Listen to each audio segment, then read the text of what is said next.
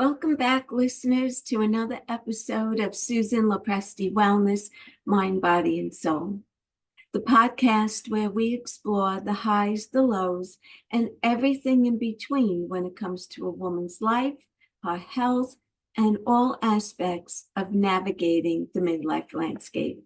I'm your host, Susan Lopresti, and I'm excited to be here with you today. And I want to talk to you about the ultimate guide to taking care of your health.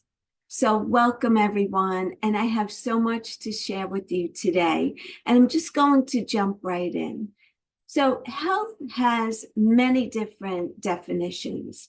According to the World Health Organization, health is the state of physical, mental, and social well-being, and not merely the absence of disease.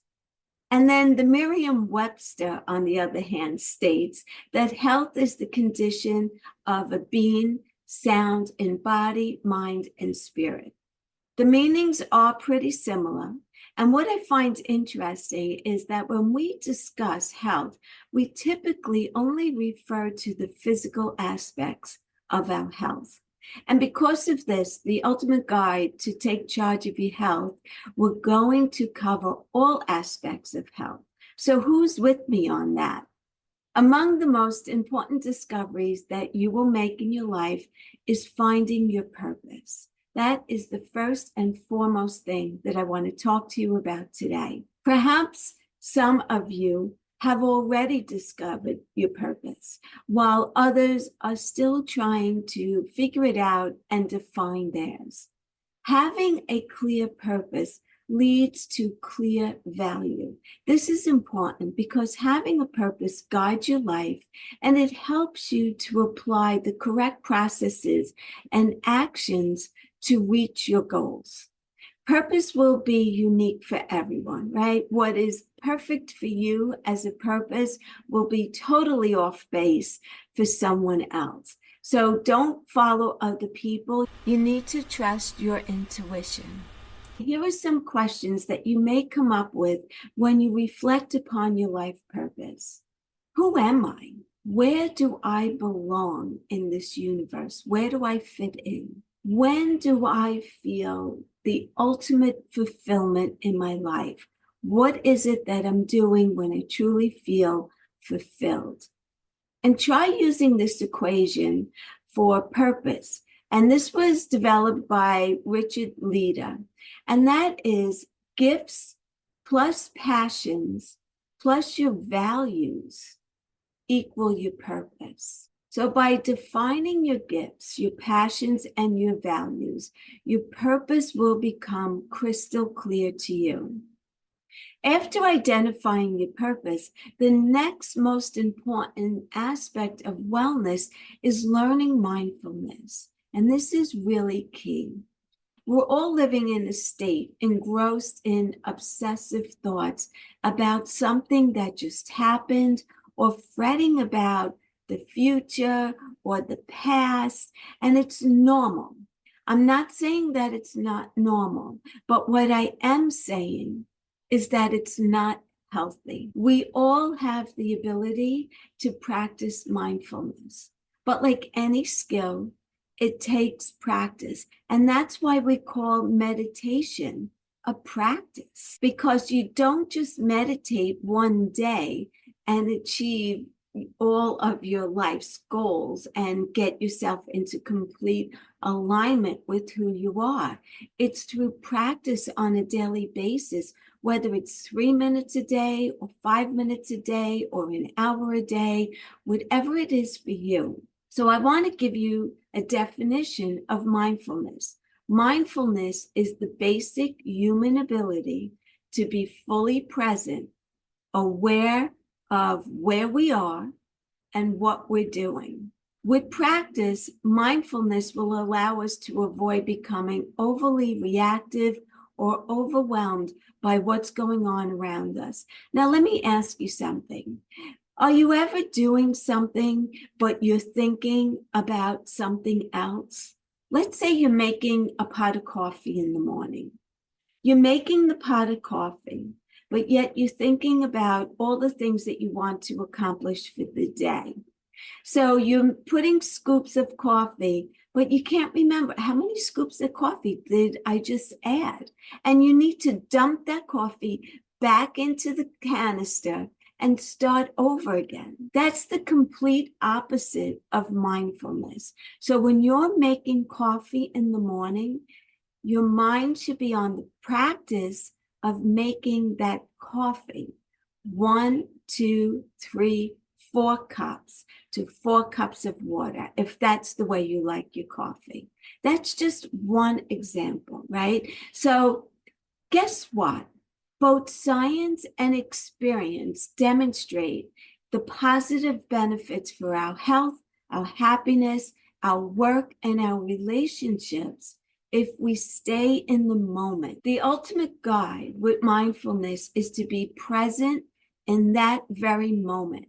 Like I just mentioned, making that pot of coffee an example. So taking time to pause and breathe when the phone rings instead of rushing to answer it. That's another example. You get into the moment. And let's look at some techniques that are going to help you to get started with your mindfulness practice. Mindfulness could be practiced anytime, any time of day, and from wherever you are. It's estimated that 95% of our behavior runs on autopilot, just like I talked about with making coffee in the morning. Think about the times that you're driving and you arrive at your destination, but you don't have any recollection of how you got there. And that's because you were either engrossed in deep thought about something else, or perhaps you were talking on the phone, right? Or maybe you were singing songs on the radio and you just weren't paying attention, but you got there. Mindfulness is the exact opposite of this process. So here are some tips for practicing mindfulness. When you first wake up, take a few deep breaths and set your attention for the day. When doing mundane activities such as washing your dishes, rather than letting your thoughts take over, focus on that task, like I just said about the coffee pot. Get your senses involved. To keep your thoughts from wandering while doing the dishes, think about how the water feels and the smell of the soap. Don't get angry with yourself when your thoughts drift back to what you have to do today or tomorrow, or what you should have said to the jerk at the grocery store, whatever it is. Simply acknowledge the thought and then redirect your attention to the present moment. It may be helpful to set an alarm on your phone a few times a day as a reminder to take a few minutes to practice mindfulness. The more you practice, like with any practice that you do, the more natural mindfulness will feel, and soon it will happen automatically. And I know that that's a little bit difficult to believe, but it is the truth. It is the truth. Journaling is an excellent tool for health. The simple act of writing down your thoughts and your feelings allows you to understand them more clearly, right? When you see them on paper, anyone who's struggling with stress or depression or anxiety can particularly benefit, because keeping a journal can help you gain control of your emotions and to improve your mental health. Here are some noted health benefits from journaling. It reduces stress and it improves immune function. Provides a mood boost when you journal, because you're getting out those thoughts, whether negative or positive, you're getting them out. It also helps to keep your memory sharp. It invokes mindfulness. In some studies, benefits are most significant when journaling at least 4 times a week. Make it a habit. Set aside a few minutes of your bedtime routine for jotting down your thoughts and your feelings from the day. If you need a little motivation, buy a new journal or a pen that will get you more excited to use. I don't know how many of you have heard of The Artist's Way. The author is Julia Cameron, but she talks about the morning pages. And her suggestion is first thing in the morning, actually before you even get out of bed, to start journaling down your thoughts, how you're feeling from the moment you opened your eyes. And you could get a lot of insight into your thoughts, your patterns, your anxiety, or about the good thoughts that you may be having. So that's a powerful tool. And I would suggest that you read The Artist's Way. It's loaded with so many helpful tools and suggestions to really improve your whole entire life. Another powerful tool that I want to talk about to take charge of your health is to continue to learn. Just because your school days are long gone doesn't mean that you have to stop learning. Learning can be something that's new and fun, and it can lead to a sense of accomplishment and also pride. Additionally, your brain chemistry changes and you could ward off dementia by continuing to learn. So maybe you want to learn a new language. That will help your brain. According to an article in Psychologies, learning is a core need for psychological well-being. Learning can help us build confidence and a sense of self-efficacy. The best part is you can learn whatever you want.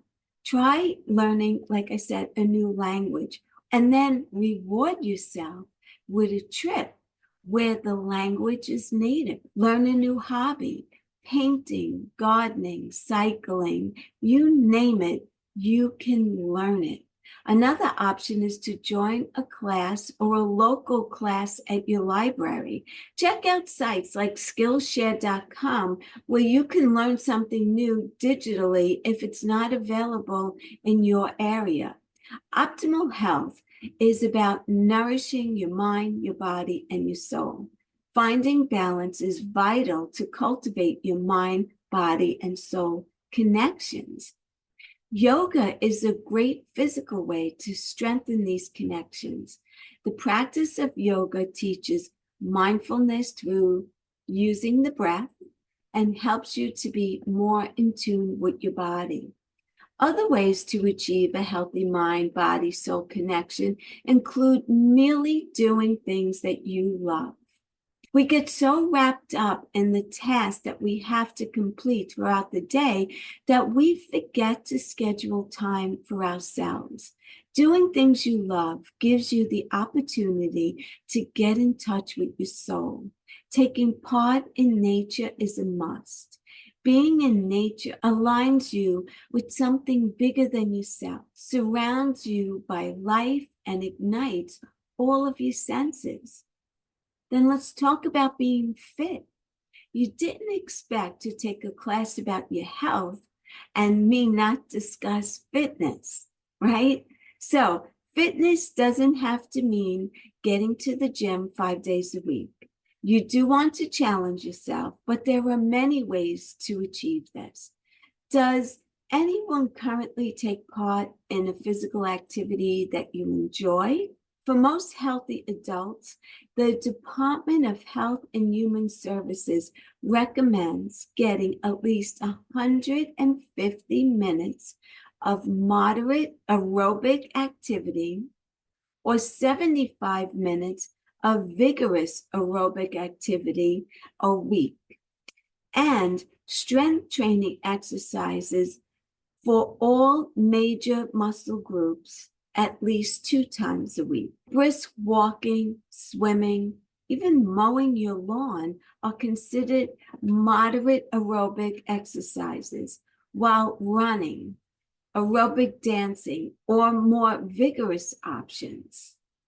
Strength training can include the use of weight machines, your own body weight, resisting tubing, resistant paddles in the water, or activities such as rock climbing if you're inclined to do that. Get creative with your physical activity. Find things that you truly enjoy to do. And also, another great suggestion is to find a friend who enjoys it as well, so that when you're working out, you help to keep each other accountable and also motivated, right? That's really important. Get off your butt, literally. Get off your butt. Let's practice now. Take a moment to stand and move around a little bit. Stretch or march in place. Try a few shoulder rolls. You could just start rolling your back and your neck and continue to do that. Move around side to side, right? Reduce sitting time is essential as well. I recently did a class about the dangers of sitting for prolonged hours a day. The more hours that you sit each day, the higher your risk of metabolic problems, which can impact your health and also your longevity. Even if you achieve the recommended amount of daily physical activity, if you're sitting for long periods of time, you're still at risk. Many health experts equate sitting to smoking regarding adverse health impact, believe it or not. The average adult spends 12 hours a day sitting. Physical inactivity is the fourth leading risk for global mortality. Take this to heart. It's a common misconception that exercise can compensate for too much sitting. This means you must get up and move around regularly. Set an alarm if you need to get up once an hour. If you work at a desk in front of a computer, time gets away from you, especially if you're really engrossed in what it is that you're doing. So setting a timer is so important. I would suggest every 45 minutes. And if you're in your office, when that timer goes off, you should walk around, go to use the lavatory, go to the break room, grab yourself either water or a green tea or a coffee, and walk around again and go back to your desk. This is vital for your health. It's vital for your health. And then I want to just touch on some alternative therapies. Who doesn't enjoy a nice, relaxing massage? I know I'd get one daily if I could. Massage is an excellent form of self-care. Some noted health benefits of massage include stress reduction, lower blood pressure, muscle relaxation, improved circulation and posture, and a stronger immune system. So go ahead and treat yourself to a massage. If you can't afford one once a week, maybe you could afford one once a month. If you can't afford once a month, then do it once every 2 months. Whatever works for you is what you need to do. Another beneficial alternative therapy that I absolutely love is acupuncture. Has anyone tried it? It's a wonderful healing modality. Acupuncture may sound intimidating, but it's anything but that. Acupuncture is also great for relaxation. It can help to relieve any pain that you may have. Anything from allergies to sciatica can be lessened with a few sessions of acupuncture. I also want to let you know that if you have medical coverage, a lot of medical companies do cover acupuncture as a healing modality. So call your insurance company and find out how many you are allowed and what the coverage is all about. But I would certainly suggest that you give it a try. Essential oils are another great healing modality. They are known for powerful health benefits.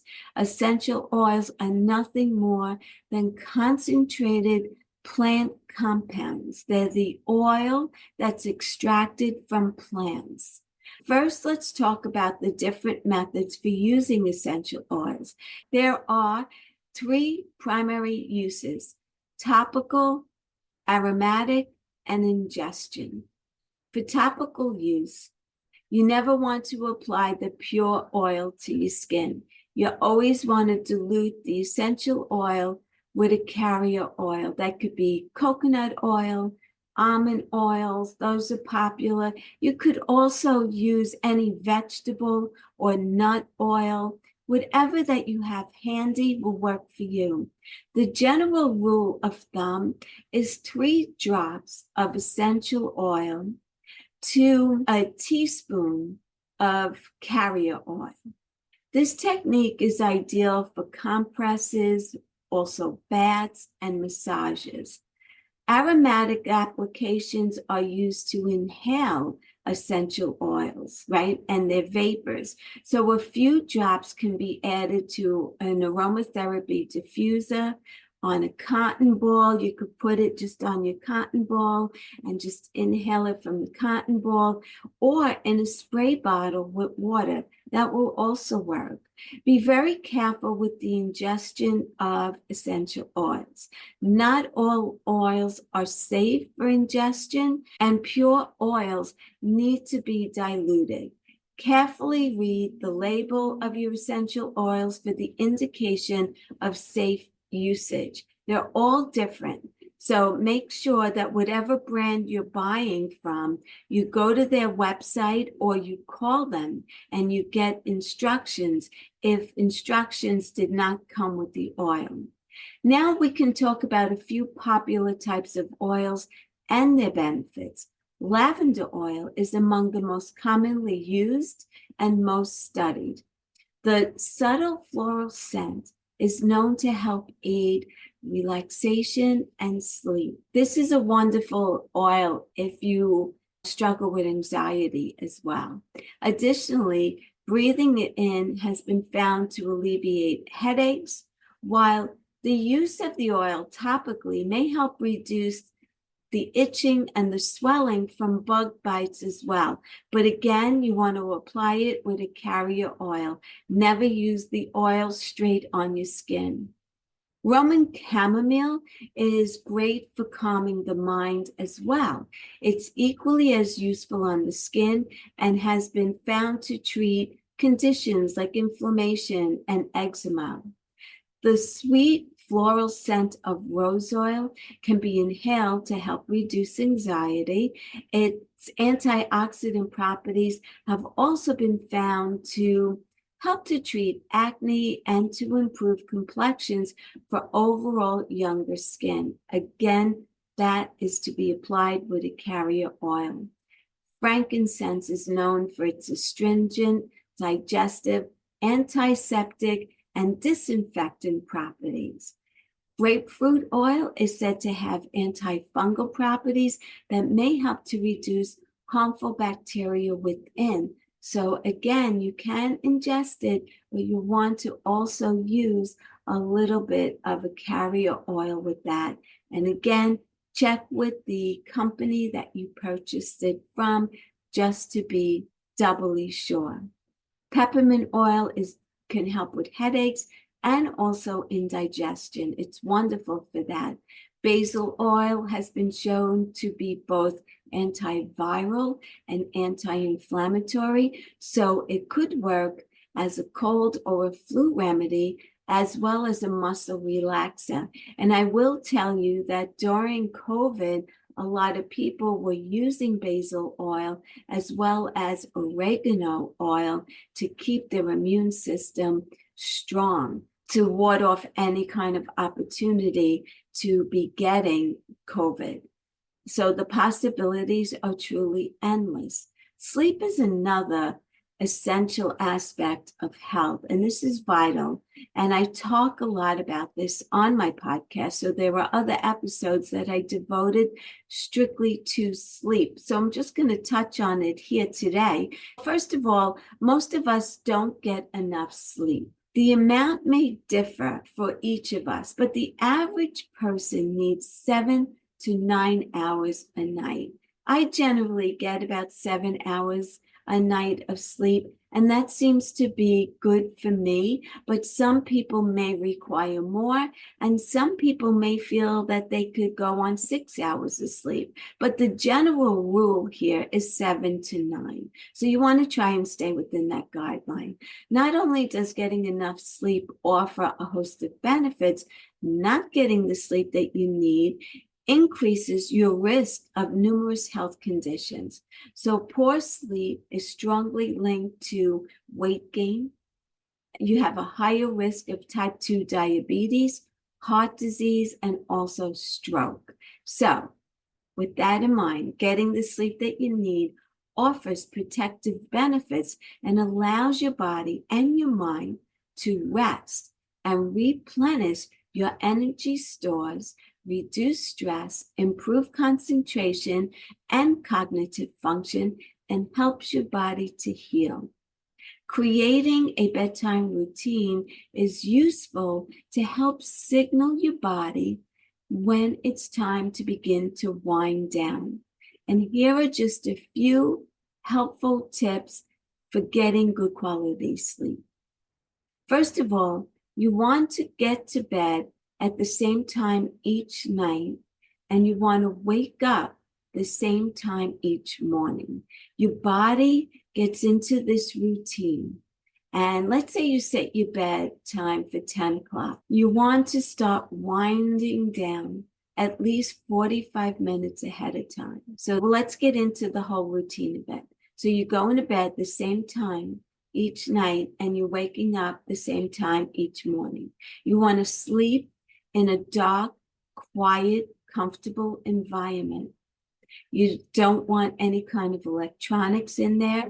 And your bedroom should be set up for two things: for sleep and sex. That's it. No computers, no stack of bills and your mail. That should not be in your bedroom, right? You want to exercise daily, like I mentioned earlier, but you don't want to do it before bedtime. You want to limit the use of electronics before bed, preferably 45 minutes to an hour before you go to bed. You want to turn off your television, your laptop, your phone, and maybe read a book. Another suggestion that I always talk about, especially if you have trouble falling asleep, is to relax before bedtime by taking a warm Epsom salt bath. That is a beautiful way to unwind, release the toxins that are in your body. And my suggestion is staying in that warm bath anywhere between 15 to 30 minutes. And if you're really enjoying it, go as long as 45 minutes to an hour. And then after you take your bath, that's the perfect time to read a book, some kind of relaxing book that offers different tips and tools for staying healthy, or maybe read poetry, something that is calming, soothes your soul, and again, get you ready for that sleep. The next thing I want to talk about, and some people may say, what, are you crazy? But that is to avoid alcohol. Avoid alcohol in the evening. Alcohol is a stimulant, just the way caffeine is. So also avoid caffeine later in the day. For me, I find that if I drink a cup of coffee past 12 o'clock in the afternoon, I could forget about getting a good night's sleep. So depending on your own body and what works best for you, you want to avoid alcohol in the late evening, and you also want to avoid caffeine. This is a no-brainer, and this should be avoid every single day of your life, but avoid nicotine, especially in the evening, because again, that's just, we don't even need to talk about it. You know that nicotine is bad for you, and no one, young middle age, or old should be smoking nicotine at all. You want to avoid prescribed sleep medications, and you want to opt for natural herbs when necessary. There's a lot of teas out there. There's sleepy time teas. Chamomile is a wonderful tea that you could drink in the evening that will also help you to unwind. The other thing is you need to stay hydrated. It's a crucial aspect of maintaining health. So throughout the whole entire day, you should be sipping on water. Drinking water helps you to maintain the balance of body fluids, which are necessary for digestion, they're necessary for absorption, your circulation, the creation of saliva, the transportation of nutrients, and also the maintenance of your body temperature. Water-rich foods such as fruits and vegetables, bone-broth soups, oatmeals, and beans, they tend to look more substantial and they require more chewing, and they are absorbed more slowly by the body, which will help you to feel full. Drinking enough fluids when you're exercising is vital for reducing muscle fatigue. And finally, water plays an essential role in removing toxins from your body via the kidneys and regulating bowel movements. And then you want to get your vitamins, right? One of the best things that you could do for yourself is to eat more fruits and veggies. And how many times in your lifetime have you already heard this advice? This is not anything new. Fruits and veggies are packed with all of the essential vitamins and minerals that your body needs. They are essential because your body cannot make them like it can make other nutrients. They are also fibrous to help support a healthy digestive system. A diet high in fiber can also help to reduce your risk of bowel cancer.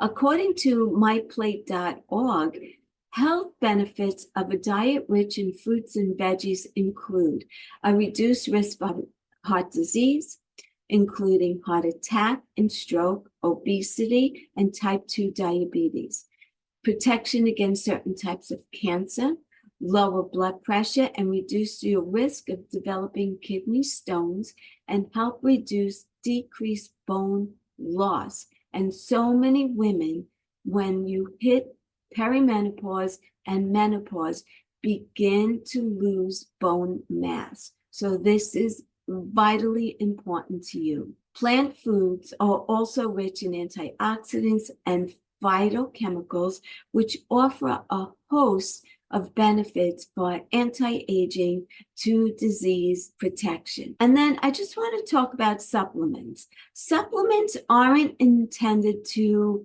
be used as a food replacement. This is because an apple, for example, is packed with numerous vitamins, minerals, and antioxidants, phytochemicals, and fiber. You can't get that in a single supplement. There are cases, however, where supplements may be beneficial alongside of a nutritional diet. For example, women in particular may have a difficult time maintaining iron levels through food alone. This can be due to menstrual losses, the inability to absorb enough iron from foods. When considering supplementation use, it's important to know the difference between synthetic versus natural. The issue with synthetic supplements is they are manufactured with chemicals and do not come straight from natural sources. They are made to mimic the way natural vitamins act in our bodies. Natural vitamins, on the other hand, are derived directly from plant materials containing the vitamin, not produced in a test tube. More than 95% of all the vitamin supplements sold today fall into the synthetic category. This is why I suggest that you amp up your plant intake rather than supplementing if there is no medical need to do so. And I just want to let you know that if you are looking for a great vitamin supplementation to add in conjunction with healthy eating, please reach out to me. You could reach me at susan@susanlopresti.com. Just put in the subject line vitamins, and I will reach out to you with some great suggestions of some vitamins that would work really well for you, along with some other items that are available. One of the most overlooked ways of taking charge of your health is merely keeping up with your annual screenings, having your blood pressure checked, your blood glucose, and your cholesterol levels checked at least on an annual basis is an essential method of detecting your risk of certain diseases and starting your way to reverse those diseases. So if your cholesterol is high, now you know it's high, and you will talk to your doctor about ways that you can reduce your cholesterol levels either naturally, or if they're super high, you may need to go on prescription meds until you get them back down to an optimal level. And then you may be able to go off of your prescription med and do some natural healing modalities to keep them down. Women should also be screened annually for cervical and breast abnormalities, right? And men need to have their prostate glands checked as well annually. Both men and women should have regular colorectal screenings to reduce your risk of colon cancer. Don't think of your doctor as a place to go when you're sick. You don't want to wait, and I say this all the time, you don't want to wait until you're sick to decide that you want to get healthy. Prevention is key. Make sure that when you go for your annual exams, before you leave that office, you schedule your exam for the following year. I just did that. I went on Tuesday for my annual eye exam. She said to me, "Do you want to make next year's appointment?" I said, "Absolutely." Because do you think I'm going to remember that I went on May 13th? Or May 14th, I believe. See, I don't even remember it. It was just a couple of days ago. So that's what I'm talking about. Before you leave that office, you tell the receptionist, let's make next year's appointment, and put it in your calendar. I want to also talk about checking your smile. Another underutilized preventive measure is regular dental cleanings. The dentist may be your first line of defense. Your mouth is a window to what's going on in the rest of your body. It's often serving as a valuable vantage point for detecting early signs of symptoms of systemic disease, such as diabetes. Your dental x-rays can signal bone loss, which can be missed during a routine medical physical. Mouths are susceptible to infections when not cared for correctly. While these may escalate to or be associated with poorly controlled diabetes, it can lead to cardiovascular disease, preterm birth as well. So if having a beautiful smile, fresh breath, and keeping your teeth aren't compelling enough reasons to brush, floss, and rinse, maintaining and achieving optimal health can now be added to the list of benefits. The next thing I want to talk about is reducing your clutter. You may be wondering how decluttering can have any health benefits. Well, let me tell you. Some psychologists are starting to recognize that clutter can have detrimental effects on your mental and your physical health. Clutter can lead to sensory overload for an already taxed brain. The stress caused by the sight of clutter can lead to anxiety and reduce your quality of sleep. That's why I said earlier, in your bedroom, you should not have your bills, any mail, you shouldn't have your laptop, none of that. Again, your bedroom is for two reasons: sex and sleep. A clean space is more conducive to productivity and creativity. A messy house can cause chaotic mornings where you can't get organized, right? Or you're always looking and searching frantically for your keys, your wallet, your purse when you're on your way out the door. Hang your keys in the same spot all the time.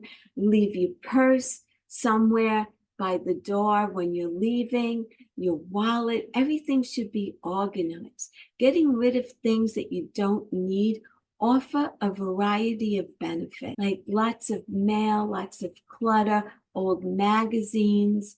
I know for me, when I get magazines or once I read a book, I bring them down to my laundry room and we donate down there. And then when you're doing laundry, you could pick up a magazine or pick up a book, start reading it. Maybe you like the first couple of pages you read, take it back to your apartment, read it. When you're done, bring it back and donate it again.